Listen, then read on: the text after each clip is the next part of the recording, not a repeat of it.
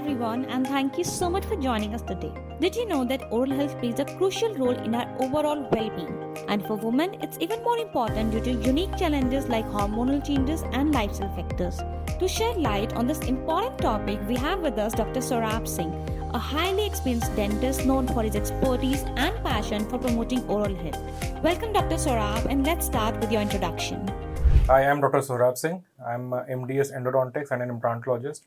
I am practicing in Neo Dental Care, which is a unit of Neo Hospital in Sector 50, Noida. We have established a very good and a very advanced dental setup in Neo Hospital with all the latest machines and gadgets for best patient comfort. And we have a very good team of doctors available with us who provide the best care for all our patients. Okay, thank you so much, Dr. Saurabh, for such an inspiring introduction.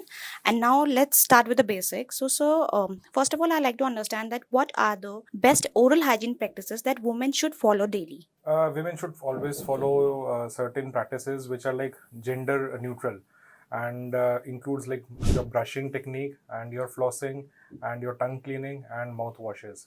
So extra care has to be taken by women who are pregnant or during menstruation cycle or who are on menopause, because certain hormonal changes they induce inflammation in the gums and swelling in the gums. So many women report bleeding from the gums and other oral issues. So regular cleaning is very, very important, and moderate risk is if it is there, then they have to visit clinic regularly. If it is less, then they can visit like once a year.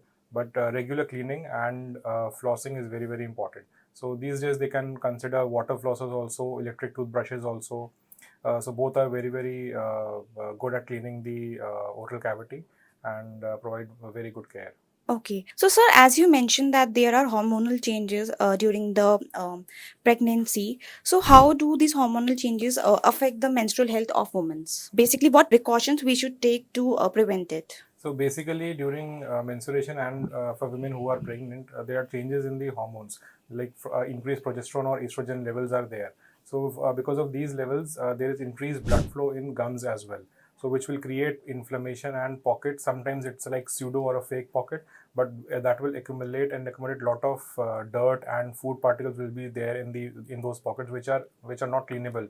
You cannot clean them on your own. So extra care has to be taken. That is with regular visit to the dentist during those times, and using water flossers and flosses and your wax floss as well.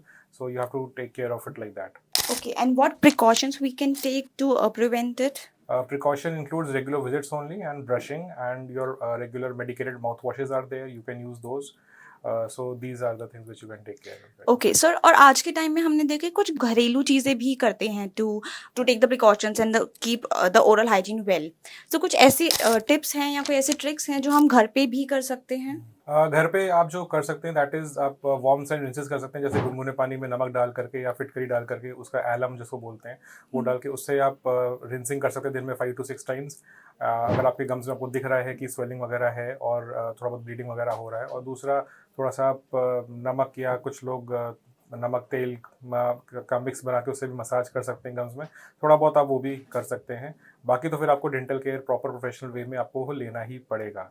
इसके अलावा जो है आप अपनी diet का ख्याल रखिए, जैसे कि फाइब्रस डाइट वगैरह लीजिए, हेल्दी फूड्स लीजिए, एंड जो कैल्शियम इंटेक वगैरह, विटामिन वगैरह का ध्यान रखिए, because these things are very very important during pregnancy. Because menstruation वगैरह जब होती है तो ये सब हमारा काफ़ी कुछ बॉडी से निकल जाता है. तो उन सब चीज़ों का ध्यान रखें, तो इसी से ही आप उसको ओवरकम कर सकते हैं या फिर कम से कम इक्विलिब्रियम मेंटेन कर सकते हैं. ओके, बट सर हम लोगों ने यूजुअली ऐसा सुना है कि प्रेगनेंसी के टाइम पे सप्लीमेंट्स नहीं लेने चाहिए और नेचुरल डाइट से ही कैल्शियम अपना पूरा करना चाहिए. तो इज इट लाइक ट्रू, या फिर हम लोग सप्लीमेंट्स वगैरह भी ले सकते हैं ओरल हेल्थ को मेंटेन करने नहीं, के? आप नेचुरल वे में तो जितना करेंगे उतना बेटर ही है, बट सप्लीमेंट्स वगैरह आप ले सकते हैं as guided by your gynaecologist. But over the top जा करके नहीं, बट जो भी चेंजेस उसमें होंगे एज पर द गायनोकोलॉजिस्ट वो आप उसको फॉलो कर सकते हैं. बट हाँ, हेल्दी वे में जो भी आप ले रहे हैं अपने डाइट में, फ्रूट्स में, उन सब चीज़ों में आप चेंजेस कर सकते हैं. एक्सरसाइज वगैरह बढ़ा सकते हैं, योगा वगैरह आप ऐड कर सकते हैं. तो उन चीज़ों का थोड़ा ध्यान रखना पड़ेगा. स्मोकिंग वगैरह और अल्कोहल वगैरह बिल्कुल बंद करिए. यही है प्रिकॉशन। तो सर स्मोकिंग और अल्कोहल आजकल के हम जनरेशन में देखते हैं कि बहुत ही ज़्यादा है, not even for the pregnant women, obviously उनके लिए तो ये हार्मफुल है ही, but also for the young generation. और हमने देखा कि आज की यंग जनरेशन में बहुत ज़्यादा गम प्रॉब्लम, गम ब्लीडिंग, ये सब चीज़ें भी हो रही हैं। तो कुछ प्रिकॉशंस ऐसे जो हमें यंग जनरेशन को भी फॉलो करना चाहिए।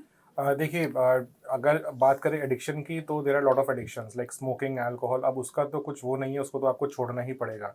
रिड्यूसिंग इट एकदम से मत छोड़िए, you can reduce it over time. उसके लिए अलग अलग तरीके हैं रिड्यूस करने के लिए, उनको आप एम्प्लॉय करिए।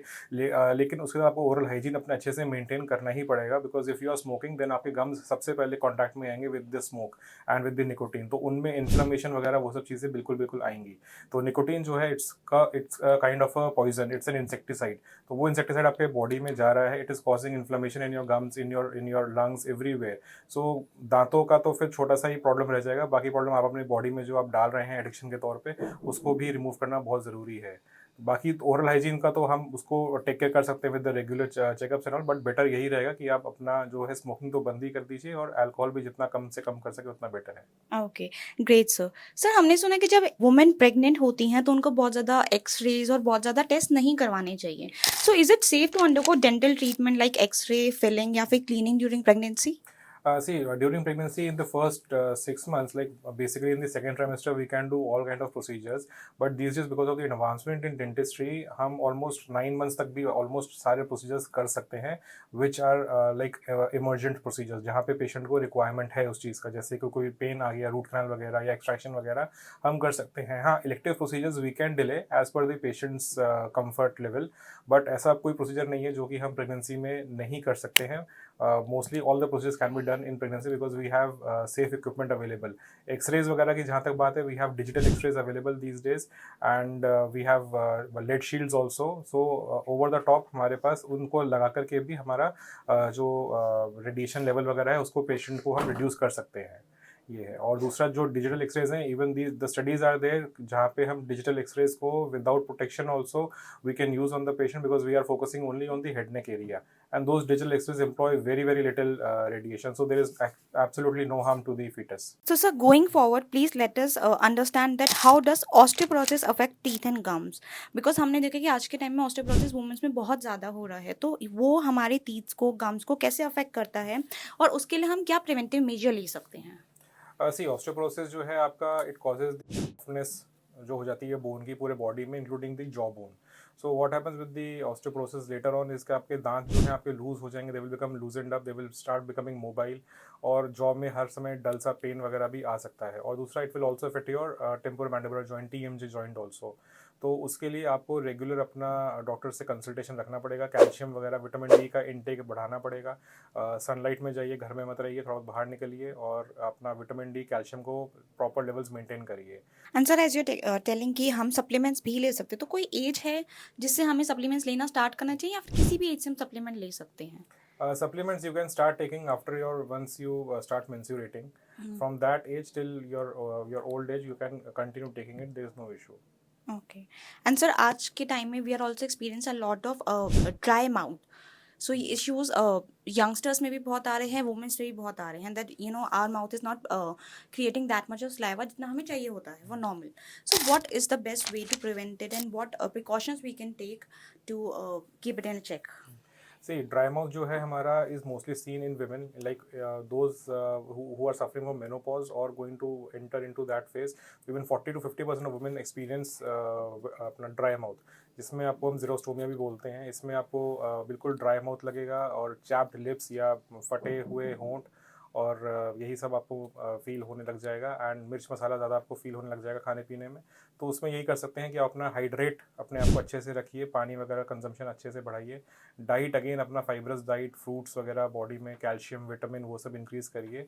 बस इससे ही आप उसका टेक केयर कर सकते हैं। और स्मोकिंग और अल्कोहल जो भी चीज़ें आप ले रहे हैं उसको आप बिल्कुल ही बंद कर दीजिए, क्योंकि ये सब हमारा जो है ड्राई माउथ के लिए ये सब चीज़ों को बढ़ाता है। Okay, and I think that smoking and alcohol तो हर जनरेशन में ही खराब है, बिकॉज वो हर जनरेशन में यही प्रॉब्लम आ रही है। तो आई थिंक ये स्मोकिंग और जो हमारी हैबिट्स हैं कुछ, आई थिंक उसकी वजह से ही मोस्टली ये चीज़ हम एक्सपीरियंस कर रहे हैं। डेफिनेटली, मैंने कहा कि उसका बहुत बड़ा रोल उसका भी रहता है, because as we grow older our immunity also goes little bit down. तो हमारा जो इनका इफेक्ट है स्मोकिंग वगैरह का, ये तो क्लियर कट है कि वो हमारा मुंह में ड्राई माउथ वगैरह ये कॉज करते हैं। प्लस आप मेनोपॉज में भी हैं तो आपको और ज़्यादा वो, और आप हाइड्रेट भी नहीं हो रहे हैं तो फिर आपको और ज़्यादा वो चीज़ इफेक्ट करने लग जाएगी। ओके। एंड सर हमने देखा है कि वुमेन्स में बहुत पेरियोडोंटल डिसीज और टीएमटी डिसऑर्डर एंड ब्रूसिज्म भी बहुत ज़्यादा देखा गया आजकल के टाइम में। सो वो क्यों होता है and what are the best measures to prevent it? और हम लोग आपके पास आके क्या हम ट्रीटमेंट ले सकते हैं जिससे वो जल्दी क्योर हो जाए? देखिए, जो टीएमजे का डिसऑर्डर है, it's a very common disorder these days, दोनों में ही ज़्यादा है ये, लेडीज़ में भी और मेल्स में भी। लेडीज़ में थोड़ा सा एक उसका कॉज कह सकते हैं कि it is mostly stress related cause इसका रहता है, कि जहाँ पे आप दांतों को आपस में क्लेंच कर रहे हैं, दबा रहे हैं, पीस रहे हैं, या अननेचुरल चीज़ें दांतों से आप चबाने की कोशिश कर रहे हैं, या दिन भर आप च्युइंगम चबा रहे हैं।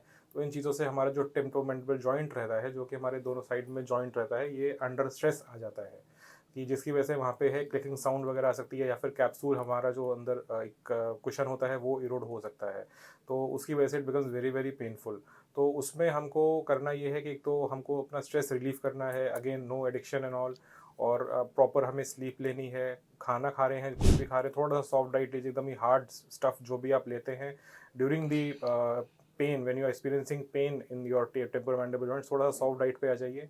और उसके अलावा अगर आपको तकलीफ है तो फिर आप एक नाइट गार्ड वगैरह भी एम्प्लॉय कर सकते हैं, जो कि हार्ड शीट या नॉर्मल शीट में रहता है, जिसको आप मुंह में पहन करके कंफर्टेबली उस चीज़ को अवॉइड कर सकते हैं। हाँ, अगर इससे ज़्यादा आगे बढ़ती हैं चीज़ें, आपको उससे भी रिलीफ नहीं आ रहा, तो फिर आपको प्रोफेशनल हेल्प और ज़्यादा लेनी पड़ेगी, जिसमें कि और एडवांस प्रोसीजर्स जैसे टेम्पोरल मैंडिबल जॉइंट सर्जरीज वगैरह भी रहती हैं, तो फिर उसकी तरफ भी जाना पड़ सकता है। बट मोस्टली नाइट गार्ड वगैरह पहन करके या स्प्लिंट्स पहन करके आप उस चीज़ को अवॉइड कर सकते हैं। सो इसमें आपको विजिट करना पड़ेगा अपना डॉक्टर के लिए, अगर आपको कुछ भी तकलीफ आपको टेम्पोरल मैंडिबल जॉइंट में फील होती है तो। Okay. And sir apart from the women अब हम एक नेक्स्ट टॉपिक पे आते हैं which is about oral cancer. So आज के टाइम में हम देखते हैं कि ओरल कैंसर बहुत ही ज़्यादा हो रहा है लोगों को and it's rapidly it's growing. So how can someone identify the early signs of gum disease and oral cancer? और इस ओरल कैंसर के लिए हम क्या प्रिकॉशन ऑलरेडी ले सकते हैं कि हमें ना हो, और अगर हो जाता है किसी को तो हम उसके लिए क्या ट्रीटमेंट ले सकते हैं? See, the most important thing in cancers, any kind of cancer, including oral cancer, is early detection. तो अगर आपके तो रेगुलर चेकअप उसमें सबसे पहले फॉल करेगा। प्रिवेंटिव केयर, प्रोफाइलैक्सिस, क्लीनिंग, ये सब चीज़ें रखिए डॉक्टर से। इससे क्या रहता है कि आपकी रेगुलर विजिट मेंटेन रहती हैं। तो अगर आपके मुंह के अंदर कुछ भी ऐसा कुछ आप फील करते हैं तो वो डॉक्टर, एक तो आप भी बता सकते हैं, दूसरा डॉक्टर पहले आइडेंटिफाई उसको कर लेगा कि मुंह में आपके कुछ आ गया है। या फिर अगर कोई आपके मुंह में आपको दिख रहा है कोई छाला सा है या कोई लंप है जो कि नॉन हीलिंग है, या फिर उस छाले में दर्द नहीं हो रहा है, तो डेफिनेटली हमको उसको दिखाना चाहिए और उसका बायोप्सी वगैरह होना चाहिए।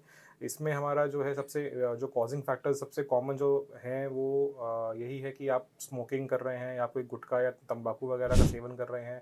तंबाकू आप अपने वेस्टिब्यूल के पाउच में डाल के छोड़ रहे हैं, तो ये सब चीज़ें। दूसरा, हमारे दांत जो हैं वो रफनेस उनमें क्रिएट हो रखी है, हमारे गाल, हमारी टंग उससे बाइट हो रही है, और कंटिन्यूस एक ही जगह पे अगर हम बाइटिंग फील कर रहे हैं, एक ही जगह पे हम अपने गाल को काटे जा रहे हैं, चाहे वो थर्ड मोलर एरिया से हो रहा हो या किसी भी और वजह से हो रहा हो, तो वहाँ पे डेफिनेटली चेंजेस आने के बिल्कुल बिल्कुल संभावना है। और ये सबसे कॉमन कॉज हमने देखा है अपने प्रैक्टिस में भी, कि patients they come with these lesions on the tongue और ऑन द बक्कल म्यूकोसा, और उनको बायोप्सी के बाद वहाँ पे कोई ना कोई टाइप का कैंसर वहाँ पर रहता है। और सबसे कॉमन कैंसर जो इसमें हमारे को फील जो देखने को मिलता है, that is the squamous cell carcinoma, which is a very fast spreading cancer. तो उसका जो है अर्ली डिटेक्शन ही सबसे इम्पॉर्टेंट है। अगर एक बार हो गया है तो फिर उसके लिए तो इन्वेजिव प्रोसीजर्स और कीमोथेरेपी वो सभी शुरू करना पड़ेगा। ओके। सो आपकी बातों से लगता है सर कि छोटी छोटी प्रॉब्लम्स भी, अल्सर्स या फिर मोलर एज शार्प हो जाना, ये सब चीज़ें भी एक कैंसर के लिए बहुत बड़ा सिम्टम है। बट अपार्ट फ्रॉम दैट अगर कोई ऐसे 3 सिम्टम है जिस पे हमें बहुत ही ज़्यादा ध्यान देना चाहिए ओरल कैंसर के लिए? उसमें सबसे इम्पॉर्टेंट सिम्टम आपका यही है कि आपको मुंह में एक अल्सर ही आएगा, नॉन हीलिंग अल्सर मुंह में बन जाते हैं, या आपको एक आपके मुंह के अंदर आपको वाइट पैचेस वगैरह दिखने शुरू हो गए हैं, या टंग के ऊपर आपके ऊपर वाइट लीजन्स आ रहे हैं जिसको हम ल्यूकोप्लेकिया, या कई बार अगर रेड कन्वर्ट हो गया है वो तो एरिथ्रोप्लेकिया भी बोलते हैं। तो these are known as pre cancerous lesions, they are mostly related with your tobacco consumption. अगर आप टोबैको ले रहे हैं, आपके मुंह में वाइट पैचेस आ रहे हैं, या फिर मुंह खुलना कम हो रहा है, OSMF वगैरह हो रहा है, तो ओरल सबम्यूकस फाइब्रोसिस भी जो है it's kind of a pre cancerous lesion only, जो कि बाद में जाके कन्वर्ट हो सकता है। तो फिर आपको देखना है कि मुंह में वाइट पैच ना हो, मुंह वगैरह जो है फाइब्रस बैंड्स वगैरह मुंह में ना बन रहे हों, अल्सर वगैरह मुंह में ना हो रहा हो, कोई लंप वगैरह मुंह में ना हो रहा हो, कहीं कोई बाइटिंग से कोई फ्रिक्शन वगैरह, कोई घर्षण वगैरह ना हो रहा हो दांतों का आपके म्यूकोजा टंग वगैरह के साथ में, तो उस चीज़ों को आपको दिखाना पड़ेगा और उसका अर्जेंट आपको उसका ट्रीटमेंट लेना पड़ेगा। सर अगर हम अर्ली डिटेक्ट कर लेते हैं कैंसर को तो क्या नॉर्मल जो हमारा ट्रीटमेंट होता है, आई बिलीव कीमोस होती हैं और रेडियोथेरेपीज होती है, तो क्या उससे वो कंट्रोल आ जाता है और इज इट लाइक कि हमें सर्जरी तक जाना ही पड़ता है? देखिए, एक बार अगर कैंसर हमारे किसी सॉफ्ट टिश्यू में आ गया है तो सबसे पहले तो हमको उसका बायोप्सी ही निकाल के देखना पड़ेगा। बायोप्सी में अगर वो कंफर्म आ गया कि हमारा कैंसर है, तो फिर आपको उसके बाद जो है कैंसर का पूरा पूरा ट्रीटमेंट लेना पड़ेगा, जो कि आपका ऑन्कोलॉजिस्ट के अंडर ही ट्रीटमेंट फिर वो चलेगा। उसमें फिर तीनों चीज़ें रह सकती हैं, उसमें सर्जिकल तो रहता ही है, लिम्फ नोड वगैरह कहाँ तक इन्वॉल्वमेंट हो गया है उतना लिम्फ नोड वगैरह रिमूव करना, पूरा सर्जिकल उसमें रिजेक्शन वगैरह सब चीज़ें इन्वॉल्वमेंट हो सकती हैं, डिपेंडिंग अपॉन कि आपका कैंसर कहाँ तक फैल गया है अंदर शरीर में। सो सर हमने इंडिया में देखा है कि बैड ब्रेथ का बहुत ज़्यादा प्रॉब्लम है, even though people are maintaining their oral hygiene but still they are facing the same issue. तो हम इसके लिए क्या प्रिवेंटिव मेजर ले सकते हैं और इसका क्या रीज़न हो सकता है? देखिए, ओरल जो हमारे मुंह में बैड ब्रेथ आता है, this is the most common symptom that we always see in our practice, and इसमें सबसे दो चीज़ें सबसे कॉमन होती हैं, एक तो ओरल हाइजीन और दूसरा रहता है पेशेंट की डाइट। अगर पेशेंट की डाइट गड़बड़ है और पेशेंट दिन भर बाहर का खाना पीना कर रहे हैं, पेट अपसेट है, कॉन्स्टिपेशन फील कर रहे हैं, कब्ज़ वगैरह उनको चल रही है, तो अगर पेट उनका ख़राब है तो मुंह से उनको स्मेल आना सबसे मतलब उसमें आता ही है वो चीज़। और दूसरा, अगर वो सब चीज़ें ठीक हैं तो हम सिर्फ ओरल केयर का ध्यान रख सकते हैं। तो ओरली आपको अगर मुंह के अंदर बैक्टीरिया प्रेजेंट है, सारा बायोफिल्म प्रेजेंट है, पेरिडोंटाइटिस वगैरह, जिंजिविटिस वगैरह के लक्षण भी आपको आ चुके हैं, तो इसका मतलब है कि आपके मुंह के मसूड़ों के अंदर तक जो है गंदगी जाके जम चुकी है और बैक्टीरिया भी अंदर जाके बैठा हुआ है, तो कि मुंह के अंदर से स्मेल वगैरह आपको आएगा ही आएगा। तो इसके लिए आपको proper cleaning, deep cleaning, laser cleaning आजकल, और हमारे पास तो आजकल लेटेस्ट एयर फ्लो टेक्नोलॉजी भी आ गई है, जहाँ पे हम without touching your tooth we can clean it up, and painless cleaning वगैरह भी हमारे पास आ गई है। तो उन सब चीज़ों को लेकर के हम उस चीज़ का केयर कर सकते हैं कि मुंह से स्मेल वगैरह ना आए। Hygiene and prevention is most important हमारे ओरल केयर को जहाँ तक हमारा उसका ताल्लुक है। सर सो आपने हमें बताया कि कुछ लेटेस्ट टेक्नोलॉजी आई, so what is the latest technology और treatment in the dentistry that people should know about? कुछ ऐसी चीज़ आई मीन जैसे कुछ ब्रेसेस आए हैं या फिर कोई और ऐसा ट्रीटमेंट जो आजकल बहुत लेटेस्ट है and people doesn't know about it?